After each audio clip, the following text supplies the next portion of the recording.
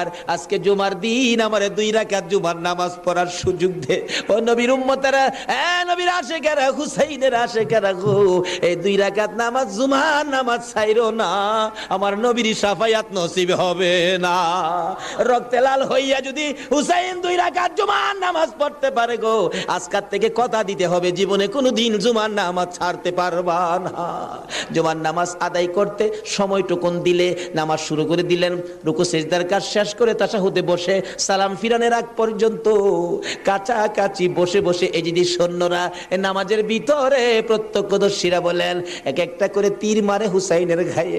ডান দিক দিয়ে যদি তীরটা মারতো, বাম দিক দিয়া বেরিয়ে যাইতো, সামনে দিয়া মারলে পিছন দিয়া বেরিয়ে যায়, এই কিসিমের তীর গো নামাজের ভিতরে 72টা তীর লাগাইছে। হুসাইন সালামটা ফিরাইয়া নানা গো কইয়া কালতে কালতে জমিনে গড়াগড়ি শুরু করে দিলে। নিষ্ঠুর পাষাণ এই যদি শূন্যের সীমার গলা কাইটা মাথা আলাদা করে নিয়ে গেছে। হুসাইন শহীদ হয়ে যায়।